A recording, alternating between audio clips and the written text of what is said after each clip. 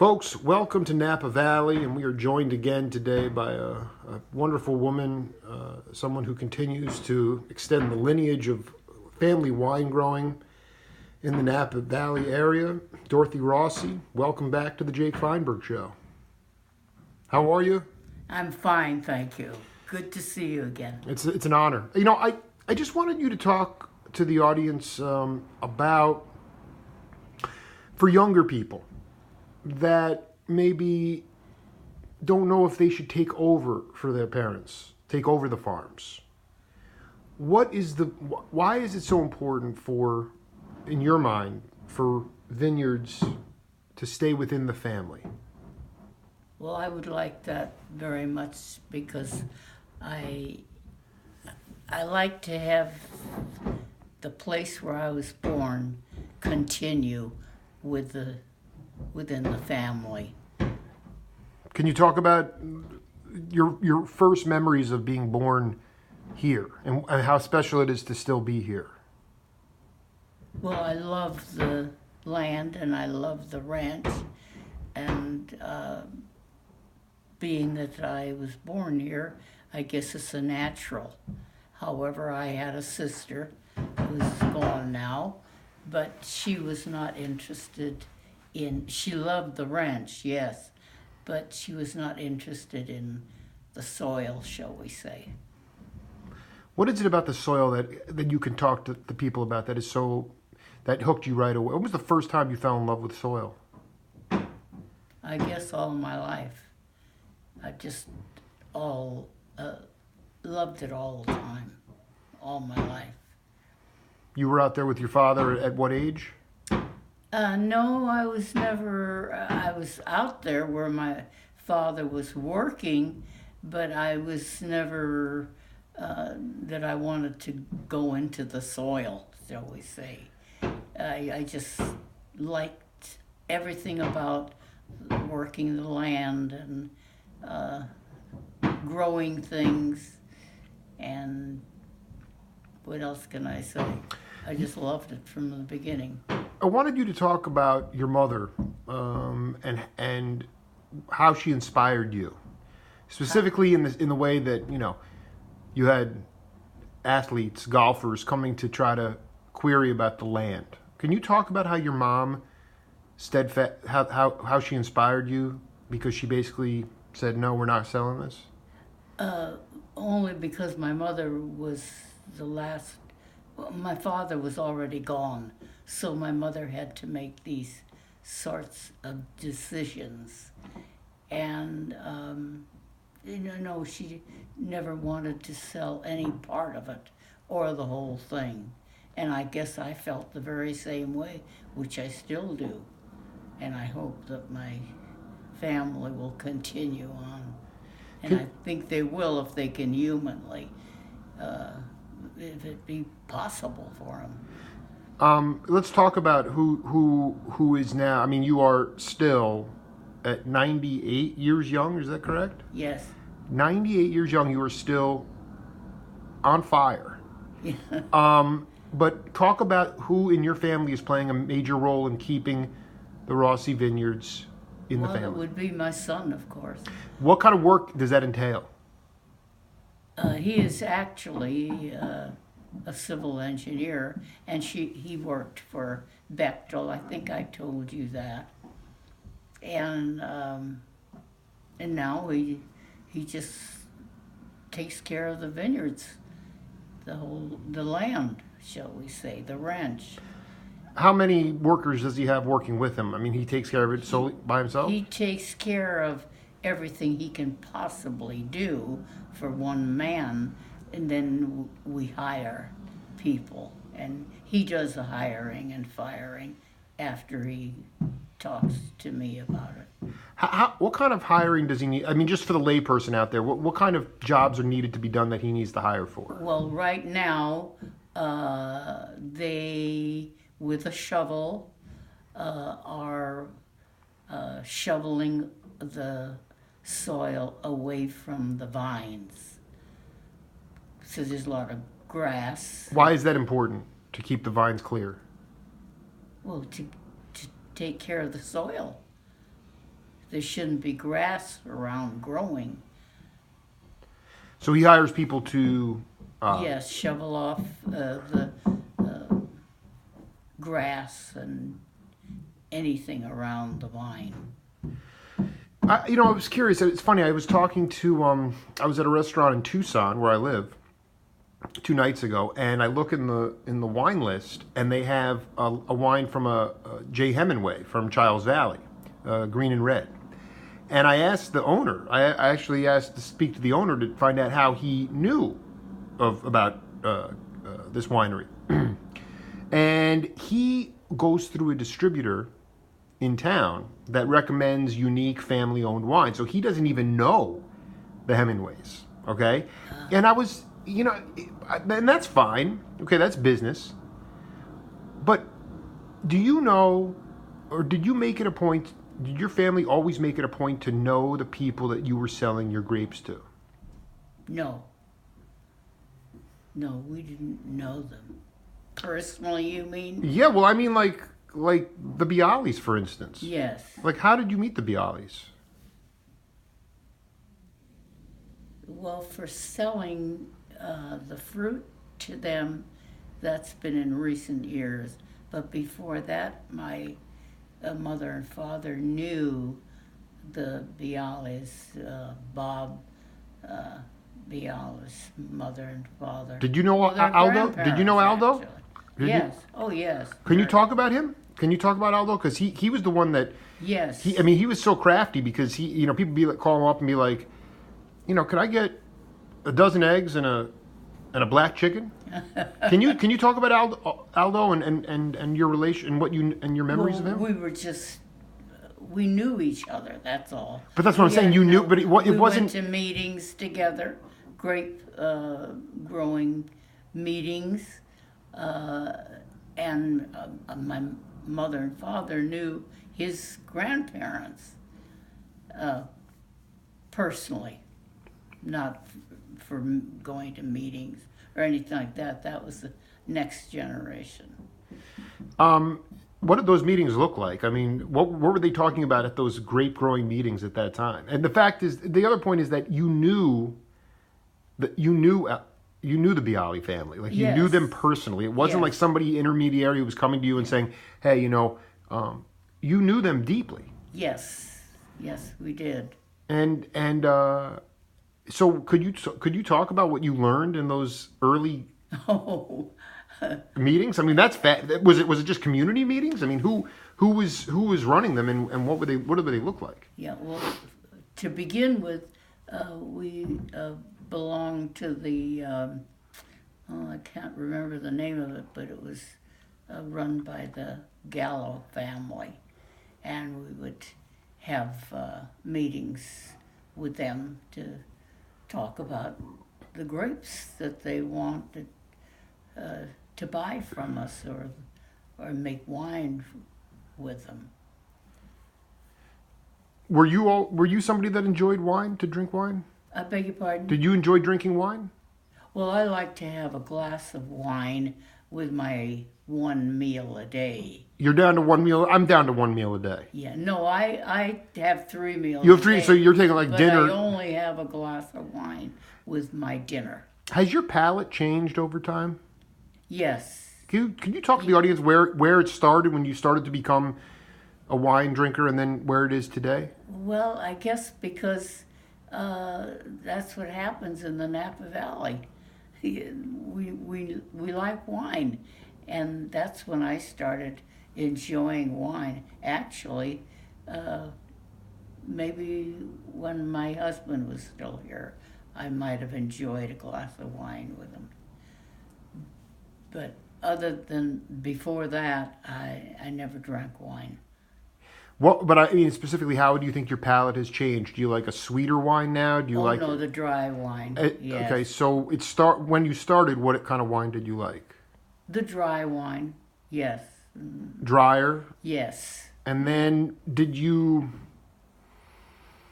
So the wine you were getting was always wine that was fruit picked from this Yes. vineyard. Yes. And was it they- always from Bialy, or was there other? No, we used to sell to Mondavi, of course. That's To what- Robert. Yes. You used to sell to Robert. Yes. Wow. So you would get. I just got a bottle of 1978 Pinot Noir from Michael Mondavi, but I believe Robert was still alive in 1978. So that was from the Mondavi vineyards at that time. Yes. So you and what's your favorite kinds of wines to drink? I like Cabernet. It's my favorite. And if you were talking in 50 years, because who knows what's going to be happening in 50 years, I want you to talk about the legacy of Rossi Vineyards. What do you want people most to know about this historic land and the people that have operated it for decades? Well, I think I like people to know how much we loved it and tried to continue the ranch, the vineyards, whatever we have here now, without taxes being a big thing today, could drive somebody out of here, the family. Okay, so let me ask you: property taxes are going up, Yes, and how long has that been going on for? ever since I can remember. So how? I mean, okay, so what are the biggest hurdles that are facing people today to keep the wineries in the family? Is it just taxes? Is it manpower? Is it labor? What Well, are yes, the obstacles? Manpower too, yes. If it wasn't for the Latinos, you couldn't make it because no white person would do the work that these people do. Have you always had immigrants doing work on your land? Like when your father was working the land, did you have immigrants working? Well, then we had a lot of the old Italian men that would do the work. Yes. So where were they from? I mean, were they part of the Rossi family? No, they were not part of the Rossis at all because that was the Grandies. My maiden name was Grandy. Grandy. Yeah, also Italian. Interesting. Yeah. So there was a lot of Italians living Yes. here. In Napa, there were a lot of Italians. You didn't see too many Mexicans Right. that time. Because like right now, the wonderful Miss Rossi's having work done on her roof, and you said these are incredibly conscientious, very Yes. very good workers. Yes. But was it different when you had your own people, the Italians, doing the work? Well, they wouldn't be doing like replacing a roof. They didn't do things like that. They were out, mostly in agriculture. and they had a good concept of how to grow Yes. fruit, Yes. right? Yes. So They, from the old country, they learned it when they were very young in Italy before they came to America. And then when they came to America, most of them landed in California because that's where there was agriculture. they would take a boat over here. Maybe they would. No, well, they take a boat to New York. Right, Of course. and they migrated out here, Exactly. and there were jobs in winemaking, and they already knew how to do that. Well, not so much in wineries because there weren't the wineries there are today, where there might have been one or two wineries, but they would work mostly in the vineyards Right. or orchards. Can you tell the audience a typical day for Dorothy Rossi, maybe 50 years ago, when you would wake up? Like, what would be your day, and how much would you be in the yard and in the vineyards, and I mean, Well, I was working in. First, I went to school, business college, where'd you go? Berkeley. That's right. Everybody went to. Is that where you started to drink wine, by the way? No. Everybody. I talked to George Hendry. Do you know George? Yeah. No, I don't. Well, but he has a great another family-owned winery here On outside. Redwood Road. Yeah. Yes, And I know of him. yes, and he's talking to me. He was studying chemistry and started to fall in love with the fact that every night he would have this succulent wine with his meals at Berkeley. You know, just so you were not. So you went to Berkeley, the business school there. Yes. And then were you already drinking wine at that point, or No, we drank cocktails. cocktails? Right. So then you come back, and talk about a day on the farm for Dorothy Rossi. What would that look like? The alarm would go off when, and when would you go to bed? Oh, well, when I had moved back to my home, I used to come home on weekends. Really? Because I was working in San Francisco at that time. And What year was that? Are you working at the theater at that time? no, the theater was only, That was his high school gig. yes. Yeah. I have a marvelous memory. Yeah. And what was the question? Well, so you were working in San Francisco in the business community. And Yes. you come home on the weekends. Yes. And then what would you? So on a Sunday morning or a Saturday morning, what would your day look like? When I come home from San Francisco. Yeah, don't say you'd the- sleep till noon. I mean, Yes, you'd be yes. up. Talk about that. Well, I had friends, and we would do things together. I can't even remember what we did for the day, but it was, whether our friends would come out to the ranch, and we would, I don't know, we spent the day. But it wasn't like you would come back and put yourself immediately back in the land. I mean, it was more. No, it was a relaxing thing. No, it was just for enjoyment. What are the most important qualities in your mind of leadership? Leadership. How do you? Yeah, well, I mean, term there's that? people, we throw that word around loosely today in politics, in sports, Yes. okay, he's a leader, okay? Yes. But there's also a human component to leadership. And you guys have had a lot of longevity as it relates to this vineyard. And there have been times of crisis. Yes. So whether it's your father or your mother or your late husband or yourself, can you talk about a time where you felt that they demonstrated leadership? Or what are the qualities of leadership to sustain something as beautiful as this? Well, my father, of course, was the leader, shall we say. And then when he passed away, then it was my mother who called the shots, shall we say. And then when she went, then of course it was me. And now I have my son who helps me make decisions on a lot of things, not only the ranch, but my own personal financial. Oh, absolutely. I'm curious about, could you talk about a time when you showed leadership in a certain situation when you were running the show? Well, it was after my mother died, of course. But now at my age, I really have to have my son help me with making decisions on the ranch mostly, and then on financial. Totally. No, I mean, but when you took over from your mom, was that did people have faith in you right away? Did you have to earn their respect? I mean, how did you become a leader? Well, all the things that she made decisions on, I had to. Like what? What were the things that she made decisions on?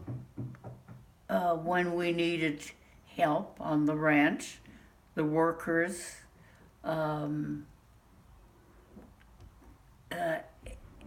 anything at all that we needed to make a decision on would be up to me until later years. Then, of course, my son helped. But you were making the calls on hiring and firing and Yes. So what was the most challenging part of the job for you? I'm talking about before you handed off a lot of the stuff to your son. Yeah. Trying to find workers to do whatever labor work we had to have done at that time. That was up to me to do. And that was difficult. Why? Well, to try to find a person, mostly men, to do the labor work. How did you wind up? Was that a problem when your mom was still alive too? Yeah, well, Not a problem, but a yes, challenge. Yes, a challenge is right. Yes, she would do that, and sometimes she would have to go and to pick up some of the workers because they didn't have transportation. So she would have to go pick them up and take them back home after the day's work. Wow. That's incredible. Yes. She would actually have to Yes. provide transportation as well after Yes. how many hours? 8 or 10 or Yes, well, 8 or 10 hours, yes, that they would work. What is something you're still learning about every day, Dorothy, on yourself? I mean, everybody says you keep learning through your whole life. What are you still learning about? It's hard to say because I'm learning about something all the time. Well, what's the most recent thing you learned about?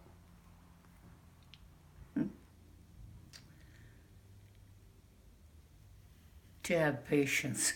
I think that's most, because I'm anxious to do certain things and yet I'm not able to anymore mentally. To think about the right and the wrong things to do, or the best things to make a decision on. I can't explain it. It's the patience is it's frustrating because you still feel like you have it in you to make the right decision, but sometimes Yes. it's not Exactly. it's not always in the best interest of the Yes. farm. And then, of course, I talk to my son about these things. Aside from your son, who else is from the family is involved with the vineyard? That's all. We have a very small family, and he's the one to make these concrete decisions, shall we say. Just for the record, how much I don't know what the right word is. How many grapes do you sell every year to different wineries?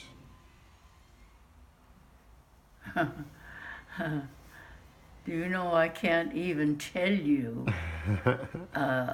That number one, we have the Zinfandel, which my father planted, and I can't tell you how many tons we get a year. A lot of times I ask Anthony, how many tons do you think we're going to get out of this? And he can tell me, and probably an hour later I've forgotten how many tons he said. We have the Zinfandel, we have the Sangiovese, we have the Cabernet, and I can't even remember where he sells the Sangiovese, and he tells me all the time. Right. But at my age, I cannot remember all those numbers. Well, it's a lot. But you're saying it's in the hundreds of tons or thousands of tons or something like? No, not hundreds of tons. Under 100. Under 100. Tons. But still a lot. Well, it is. And it's if people want to find you, you're located at 2224 Silverado Trail. Yes. But there are no. You are just a distributor of. You're just somebody that you guys make the fruit and sell the fruit. This is not. Do people come for tours at all? No. Many people call to find out if we have tours, but we do not. They call because the word vineyards in there? Yes, Yeah. I think that's why. Yeah. 'Cause Yeah. I do get several calls.